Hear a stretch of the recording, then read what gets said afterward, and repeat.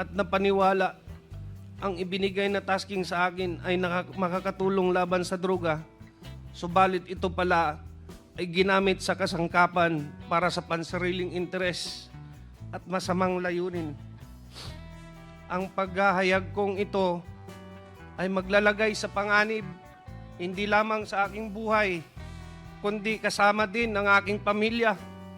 Ipinaalam sa akin ni Police Colonel Leonardo na si Ma'am Garma ay nagbigay ng 300,000 bilang kabayaran para sa aming trabaho.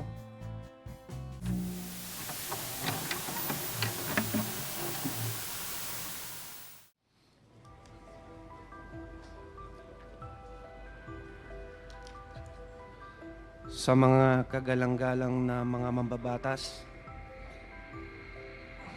at miyembro nitong respetadong Quad Committee, sa ibang mga bisita at mga kapwa-testigo, isang magandang at mapagpalayang araw sa ating lahat. Ako po si Police Lieutenant Colonel Santi Mendoza. Opo. Isang PNP member at kasalukuyang assigned sa PNP Drug Enforcement Group. Una sa lahat, nais kong pasalamatan ang mga miyembro ng committee ito at ako'y pinagbigyan ng pagkakataon para mabigyang linaw ang mga issue at insidente kung saan lumabas ang aking pangalan kasama ang dating matataas na opisyal ng PNP. Nais kong ilahad sa committee ito ang katotohanan at mga detalye patungkol sa naturang operasyon para malinis ang pangalan ng mga taong gustong idawit ng mga taong totoong may kagagawan. Ako po ay isang alagad ng batas. Matapat kong ginampanan ang aking tungkulin na walang pag-alinlangan at handang isakripisyo ang aking buhay para lang gampanan ang tungkuling iaata sa akin ng mga nakakataas sa akin.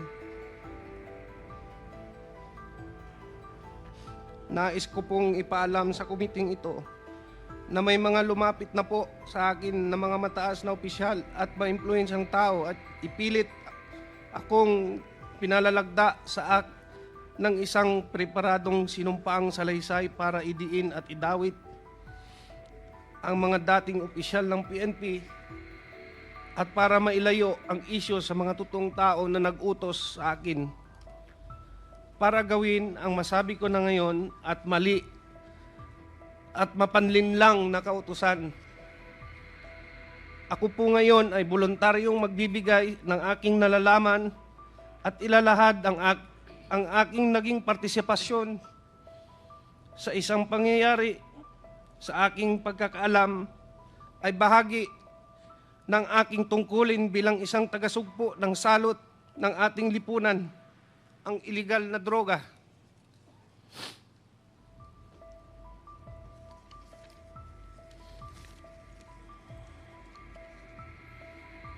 Ngunit ako po ay nalinlang at napaniwala ang ibinigay na tasking sa akin ay makakatulong laban sa droga, subalit ito pala ay ginamit sa kasangkapan para sa pansariling interes at masamang layunin. Ang paghahayag kong ito ay maglalagay sa panganib hindi lamang sa aking buhay, kundi kasama din ng aking pamilya. Subalit ako ay may tungkulin na iwasto ang aking naging pagkukulang dahil ako ay nalinlang, kaya't panindigan at haharapin ko kung anuman ang kahantungan ng aking paglalahad ng katotohanan kahit ito ay maging katumbas ng aking buhay. Sana po sa aking paglabas at pagsabi ng totoo ay maibsan ang hinagpis at mabigyan ng hustisya si Attorney Wesley Barayuga at linisin ang pangalan ng mga taong idinawit lamang dito at panagutin ng tunay na may kasalanan. sa panguli, taos puso po akong humingi ng patawad sa mga taong naapektuhan ng pangyayaring ito, lalong-lalo na po sa pamilya Barayuga na naulila dahil sa maling gawa at panlilinlang ng taong may kinalaman nito. Mr. Chair, may I read my affidavit? Go ahead. Sige, sige lang. Ako po si Police Lieutenant Colonel Santi Mendoza, nasa tamang edad, isang Pilipino, nagtatrabaho sa PNP Drug Enforcement Group Headquarters, Camp Brigadier General Rafael T. Crami, Quezon City. Matapos manumpa alinsunod sa batas, ay nagsasaad ng mga sumusunod. Ako ay aktibong miyembro ng Philippine National Police na may ranggong Police Lieutenant Colonel. Ako ay kasulukuyang naka-assign sa PNP Drug Enforcement Group Headquarters noong 2019. Ako ay isang police major at naka-assign sa Philippine National Police National Headquarters for the Deputy Chief PNP Administration. Noong Oktubre 2019, nakatanggap ako ng tawag mula kay Police Colonel Edelberto Leonardo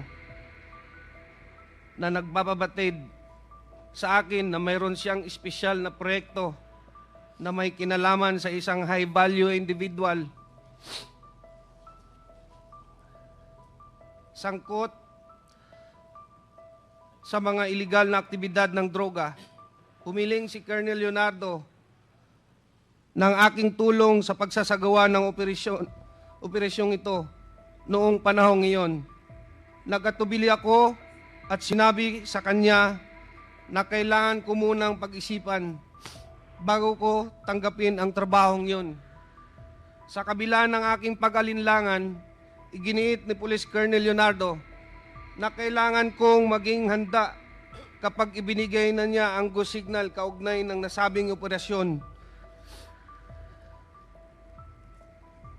Sinabi pa niya na ang pagsasagawa ng proyektong ito ang magdidikta sa direksyon ng aking karera bilang isang pulis. Noong Pebrero 2020, muling nag-follow up si Police Colonel Leonardo at nagbigay ng karagdagang detalye kabilang ang pangalan ng target na kanyang tinutukoy bilang isang Wesley Barayuga, na nalaman ko siya ay kalihim ng Philippine Charity Sweepstakes Office noong panahong iyon.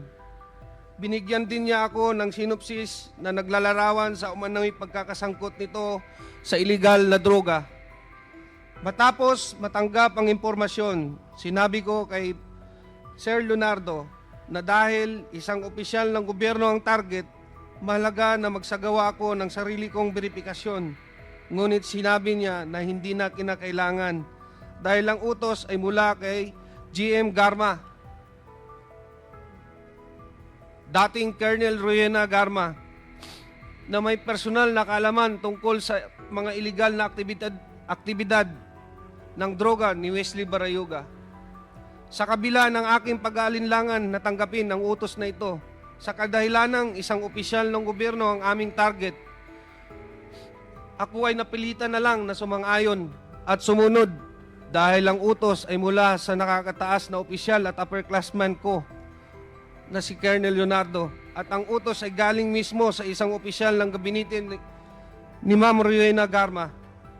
Sa personal na aspeto, nag-aalala ako ano ang maaaring mangyari sa aking karera bilang isang pulis at higit sa lahat sa aking buhay, pamilya, kung tatanggapin ko at tatanggi ako o sundin ang utos. Matapos tanggapin ang assignment, pinasimulan ko ang paghahanda para sa proyekto, kabilang ang pag-recruit ng isang angkop na tao para isagawa. Kinausap ko si Nelson Mariano, na kilala kong may network kaugnay sa ganitong klaseng operasyon. Dahil siya ang aking dating informant sa mga personalidad ng droga at binigyan ko siya ng paunang detalye ng proyekto. Gayunpaman, bago maisakatuparan ang anumang aksyon, dumating ang COVID-19 pandemic na nagresulta ng pagpapatupad ng mahigpit na lockdown sa National Capital Region na nagpahirap upang maipagpatuloy ang operasyon noong panahong iyon. Sarado ang mga tanggapan ng gobyerno at limitado ang galaw ng mga tao, kaya mahirap masubaybayan o masundan ang target. Matapos lumuwag ang mga lockdown measures at restriction, muling nakipag-ugnayan sa akin si Colonel Leonardo noong Hunyo 2020 at binigyan diin ang kahalagahan ng proyekto, lalo na't matagal na ang lumipas mula sa kanyang paunang utos. Sa kanyang panghihikayat, sumang-ayon ako na muling kausapin si Nelson Mariano upang alamin kung nakahanap na siya ng taong angkop sa itinakdang gawain. Nakumbinsi ko si Nelson Mariano na lumahok sa operasyon base sa intelligence report na tinanggap namin mula kay Police Colonel Leonardo, na siya namang nakuha niya mula kay Ma'am Garma. Nagsasaad na si Wesley Barayuga ay sangkot sa mga iligal na aktibidad ng droga. Sinabi rin ni Police Colonel Leonardo na may isang taong nagngangalang Tox ang makikipag-ugnayan sa akin at magbibigay ng karagdagang impormasyon tungkol sa target.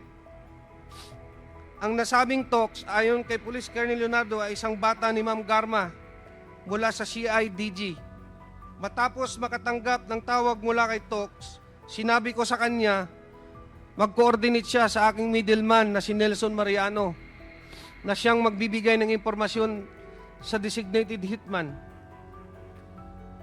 Sinabi ni Nelson Mariano sa akin na nakahanap na siya ng hitman at nagngangalang Luloy. Sinabi niya na maasahan si Luloy at kayang tapusin ang ibinigay na gawain. Sinabi ko kay Nelson na makipag-ugnayan sa kanya, si Tox,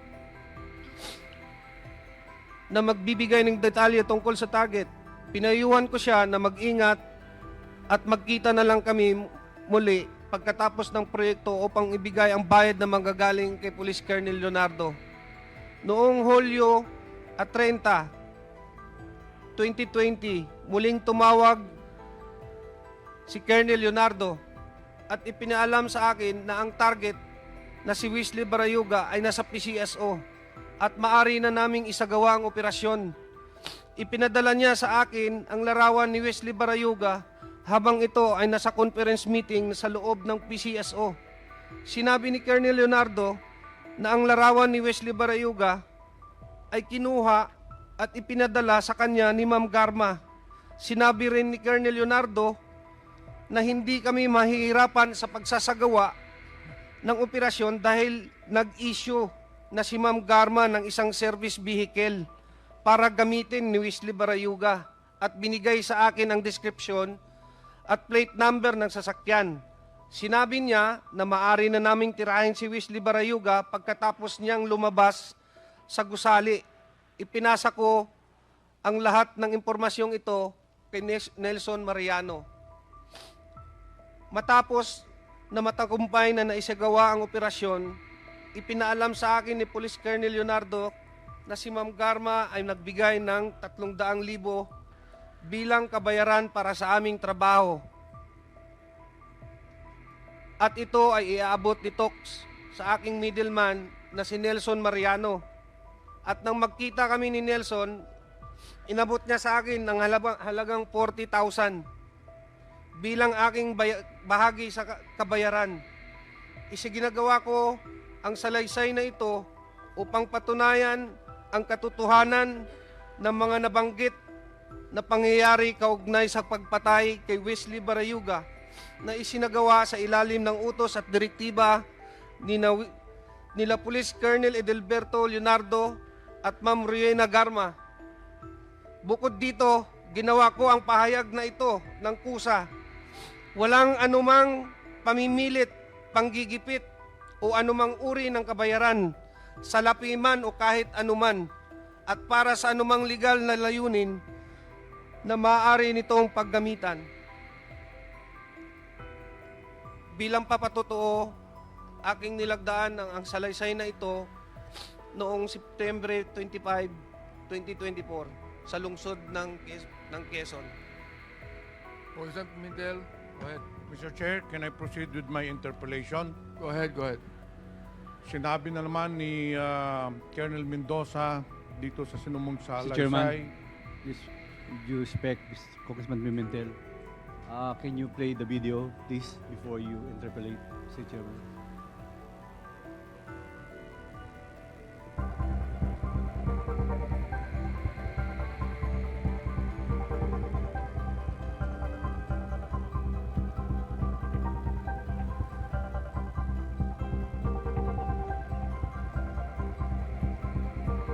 Colonel Santi, ito ba yung sasalaysay mo? Ito ba yung sasalaysay mo? Nakita natin sa video. Opo, Your Honor. Thank you, Mr. Chairman. Mr. Chair, yung nakita po ninyong may video ngayon, lalo na doon sa mga nandito, yung po ay pangyayari noong July 30, 2020, kung saan pinaslang si Attorney Wesley Barayuga. Mamaya ikikwento ko po sa inyo or i-establish po natin, pero base sa salaysay niya para masigurado natin sino ang nagpapatay, binanggit na kanina ni Colonel Mendoza, at ang pinaka-importante sa lahat, klaklaruhin po natin kung bakit pinapatay ni Colonel Garma si Attorney Wesley Barayuga. So kung mararapatin mo lang, Colonel Mendoza, para mas maliwanagan talaga ang lahat, isa-isahin po natin yung sinumpang salaysay mo. Sinabi mo sa paragraph 2, noong October 2019, nakatanggap ka ng tawag kay Police Colonel Edelberto Leonardo. Bakit kilala mo itong si Colonel Leonardo? Kasi po dati po akong Regional Drug Enforcement Unit ng NCRPO sa panahon po ni former Chief PNP Camilo Casculan, sir. So na-assign ka sa kanya? Sa Opo, under at his, lahat po ng RDEO chief before, may contact po sa kanya. So kilala mong personal itong si Colonel Leonardo? Opo. Nandito po ba si Colonel Leonardo sa kwartong ito? Pwede mo bang ituro saan dito si Colonel Police Colonel Huberto Leonardo? Opo. Pwede mo Katabi po ituro? ni Sir Patay. So Mr. Chair, the resource Mr. Chair, person. Pakitayo nga at pakituro mo si Colonel Leonardo. Mr. Chair, clearly the resource person has identified Police Colonel Leonardo in accordance with this affidavit. Nung tumawag sa iyo si Colonel Leonardo noong October 2019, anong sinabi sa iyo? Ayun nga po, sabi niya may pakiusap siya kung pwede tulungan ko raw siya sa isang project na to kasi high value target daw po. Ang Pero sinabi wala. niya sa iyo, nagpapatulong siya para sa isang malaking operasyon, sa isang high value target. Opo. Sa pagkakaintindi mo, nung sinabi siya iyo na pinakiusapan ka, ano ba ang ibig sabihin ng operasyon?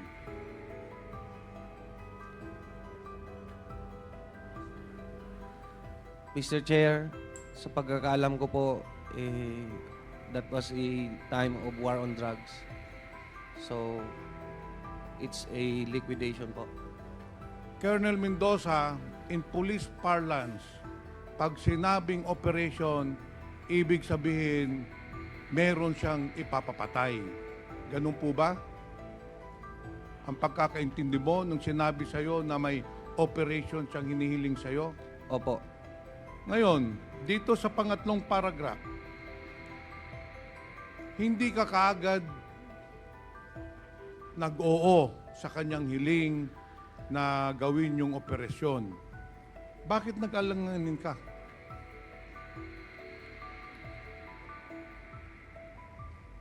Sir, wala na po ako sa RDO kasi noon, sir eh.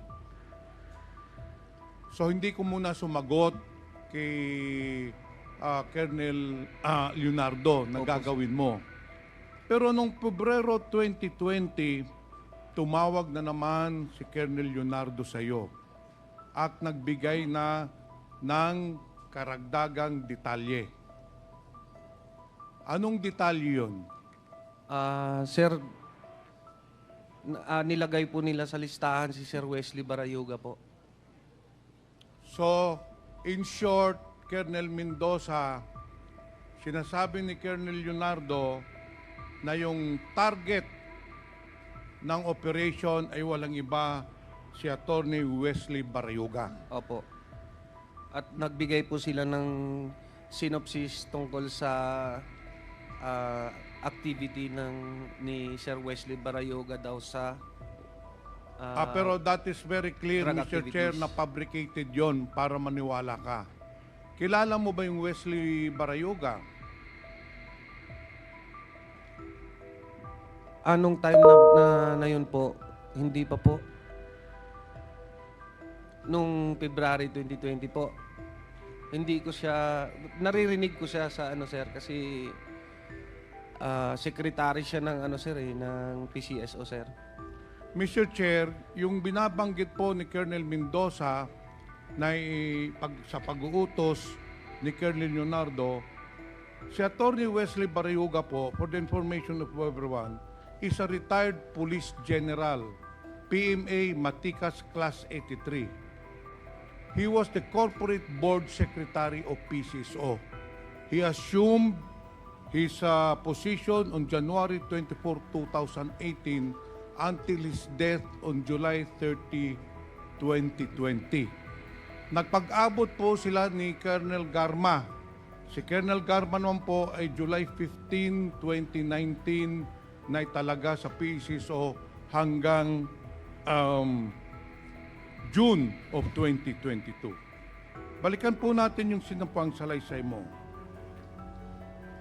Matapos ma-identify ni Colonel Leonardo na ang target ay si Wesley Barayuga, sinabi mo sa kanya na tinanggap mo na yung assignment, hindi ba? Nung pagtawag sa iyo, tinanggap mo na yung assignment Opo. na operatan, papatayin si Attorney Barayuga. Ngayon, anong sinagot mo sa kanya? Hindi ba sinabi mo sa kanya? Yes sir na lang po. Hindi ba sinabi mo sa kanya na, Sir, magsa-surveillance ako, i-verify ko muna kung sino yung target. Hindi po ba? Opo. Okay. Kasi nga po government Dahil hindi mo kilala yung Wesley Barayuga. Opo. Kaya sinabi mo kay Colonel Leonardo, Colonel, gagawa ko ng sarili kong investigasyon. Pero ang sagot sa iyo ni Colonel Leonardo, ang sinabi sa iyo, hindi mo na kailangan mag-verify o mag-imbestiga dahil bibigyan ka na lang ng profile at saka mga information ni ni General Manager Garma dahil siya ang nag-utos na ipapatay si si General Barayuga. Hindi po ba? Opo. Okay. Dito tayo sa paragraph 8. So inutusan ka na ni Colonel Leonardo na patayin si Wesley Barayuga. Tinanggap mo na yung assignment. At nung tanggapin mong sa assignment, sinabihan ka na ni Colonel Leonardo na maghanda ka na para sa ating proyekto. Anong ginawa mong paghahanda? Sir, nag-recruit po ako ng angkop na tao para po sa trabahong inaatas niya sa akin, sir. para ma-comply ko po sa kanya. In short, Mr. Chair, si Colonel Mendoza naghanap na ng tao na gagawa nung pagpatay, pagpaslang kay General Barayuga. Hindi ba, Colonel Mendoza? Yes, Your Honor. At sino pong nahanap mo na makakatulong na gawin yung pagpaslang kay General Barayuga? Your Honor, ang nakita ko po si Nelson Mariano po. Ipakituro nga dito, Mr. Chair, Colonel Mendoza, sino si Nelson Mariano? Ayang katabi mo. Ito po si Nelson Mariano. Anong sinabi mo kay Nelson Mariano? Ang sabi ko sa kanya na maghanap siya ng angkop na tao para sa trabahong to, Your Honor.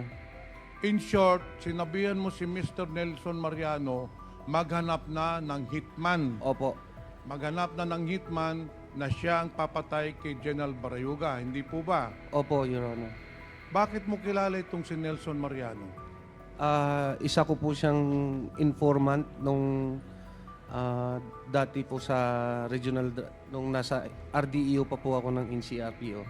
Bakit Colonel Mendoza siya ang napili mong na maghanap ng hitman? Kasi po, sa pagkakalam ko siya yung may kapasidad at may network po sa ganitong larangan ng trabaho po. So sa pagkakaalam mo, si Nelson Mariano maraming kilala ng mga guns for hire, hindi po Opo, ba? opo. Ito ay nangyari nung lahat ng ito, yung pagpaplano, pagkontak kay Nelson Mariano, ay nangyari bago dumating ang COVID pandemic, hindi po ba? Opo. So ang nangyari, hindi natuloy yung proyekto. Hindi natuloy yung operation, nagantay kayo ng ilang buwan. Opo, Kasi Your Honor. nag-lockdown na nung pandemic, hindi po ba? Opo. Okay. Dito sa sinumpang salasay mo, sa paragraph 9, dahil lumipas na nga ang ilang buwan, hindi pa na-implement yung plano na patayin si General Barayuga, tumawag na naman po uli sa iyo si Colonel Leonardo at nakipag-ugnayan sa iyo. Hindi po ba? Tama po. At pagkatapos noon, tinawagan ka nung June 2020, hindi ba? Kasi yung unang tawag ni General o ni Colonel Leonardo, if I am not mistaken, was October 2019. Opo. Pangalawang tawag niya, February 2020. Nang pangatlong tawag na niya, yung June 2020 na, dahil minamadali ka na, dahil sinabi ni Colonel Leonardo, iniipit na siya ni GM Garma. Hindi po ba, Colonel Mendoza? Tama po, Your Honor.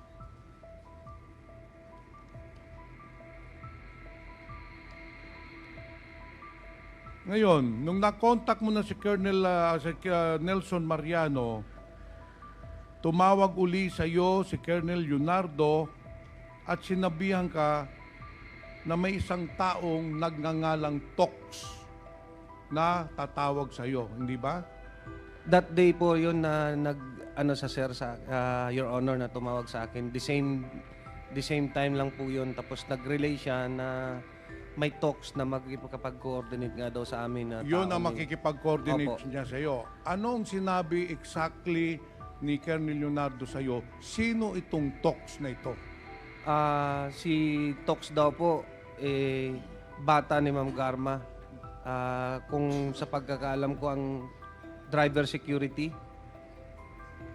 Mr. Chair, kung hindi ako nagkakamali, itong Tox ay yung Tox na pinakita na litrato ni Chairman Dan Fernandez kanina, who is still employed with the PCSO, and sabi na nga ni Colonel Mendoza, itao at bata ni Colonel Garma.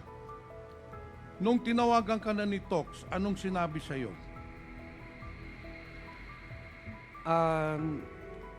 Bali, sinabihan ko lang po siya na mag-coordinate siya kay Nelson Mariano po kasi siya po yung... So nung tumawag sa isa talk, sinabi mo si Nelson Mariano na lang ang kausapin. Opo. Pupunta po tayo doon mamaya.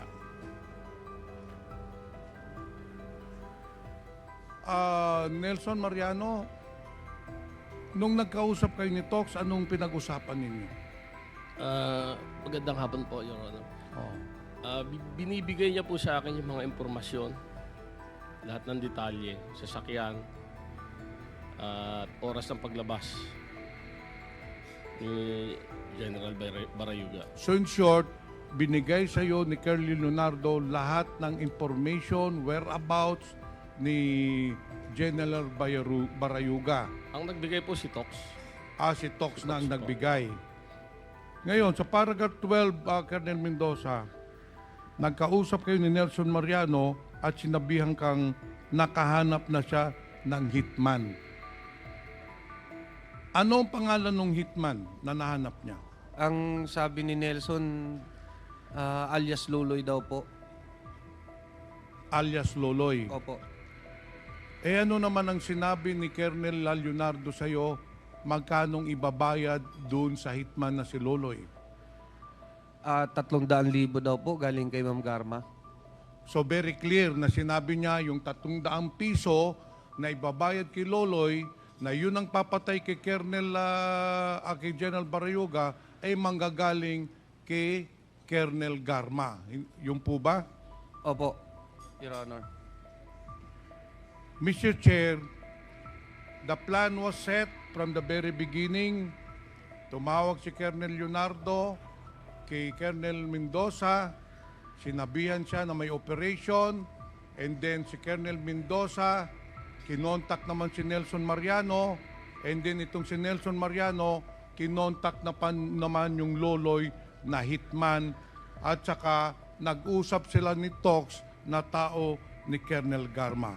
And then on July 30, 2020, nangyari na po yung pagpatay o pagpaslang kay General Barayuga, kung saan nakita po natin sa video, 2 beses na po pinalabas. Pagkatapos ng insidente, Colonel Mendoza, pagkatapos pagpaslang, ano na po ang sunod na nangyari? Sinong tumawag sa iyo? Tumawag ko sa akin si Sir Leonardo na may binibigay po daw na pabuya si Ma'am Garma. Tumawag sa iyo si Colonel Leonardo na sinasabing meron ng 300,000 pesos para ibayad dun sa hitman na nagpaslang kay General Barayuga. Yung Opo. po ba ang sinasabi nyo? Opo, Your Honor. So sinong tumanggap ng 300,000? Si Nelson Mariano po. Sinong nagbigay ng 300,000 sa iyo, Nelson? Si Tox po. Si Tox. Pagkatanggap mo ng 300,000 pesos, ano na ang ginawa ninyo doon sa 300,000 pesos? Tinago ko po yung 60, binigay ko kay Colonel Santi yung 40. Yung 200 binigay ko kay Loloy sa Santa Mesa. Itong si Tox, kung makikita ninyo, ay makikilala pa ba ninyo? Opo. Mr. Chair, since we already have the picture of this Tox, who is allegedly a person of interest, dahil ito ang nag-contact kay Nelson Mariano, nagbigay ng order na patayin si General Barayuga, at ito rin po ang nagbigay ng pera na 300,000 pesos. Mr. Chair, I just would like to point out that at the time that General Barayuga was killed, there was an ongoing investigation by NBI regarding the corruption in PSSO, most specifically in the operations of STL, Small Town Lottery. In fact, bago po siya napatay, itong si General Barrioga, according to NBI officer in charge Eric Distor, General Barrioga was prepared with all the documents, and in fact, he was prepared to testify against the corruption and illegal practices in PCSO. Yun po ang motive bakit po pinatay si General Barrioga. Yung nakita po niyong pick-up kanina na sinakyan ni General Barrioga was given by Colonel Ruyina Garma to make sure na ma-identify po si General Barrioga. Kasi si General Barrioga, wala hong sasakyan yun. Kaya mahirap po i-surveillance dahil walang routinary procedure. Kaya binagyan po ni Colonel Garma ng bagong pick-up si General Barrioga. Yun kasi ang binigay na impormasyon niya kay Nelson Mariano. Pati ang plate number, description sa araw ng pagpaslang. The motive of the killing of General Barrioga was to stop General Barrioga from testifying against Colonel Garma. Yun po ang totoong nangyari, Mr. Chair. And that is why I would like to recommend to this committee, in the committee report, that we should file the necessary cases against those perpetrators when I cannot let justice not be served to the victims. Mr. Chair, Colonel Ruyina Garma has been involved in the different killings all over the country. In fact, Mr. Chair, si Colonel Garma, nung unang pagdinig pa lang natin, involved na po siya doon sa pagpatay ng 3 Chinese drug lords, which was corroborated by the different resource persons. Nung si Colonel Garma din ay na-assign doon sa Cebu City, there were 198 killings as recorded and as reported by Mayor Tommy Esmeña.